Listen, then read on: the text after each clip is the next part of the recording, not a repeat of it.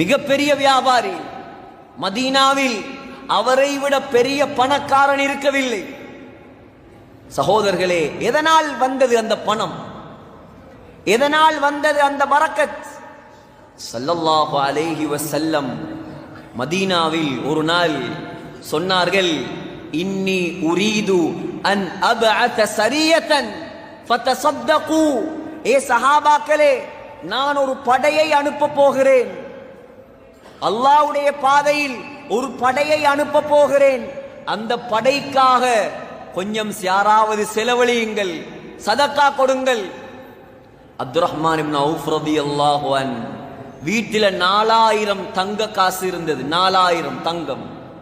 2000 கொண்டு வந்து கொடுத்தார் ஸல்லல்லாஹு அலைஹி வஸல்லம் உடைய கையில். ஸல்லல்லாஹு அலைஹி வஸல்லம் கேட்டார்கள், வீட்டில் எதை வைத்திருக்கிறாய்? சொன்னார், யா ரசூலல்லாஹ், அரவா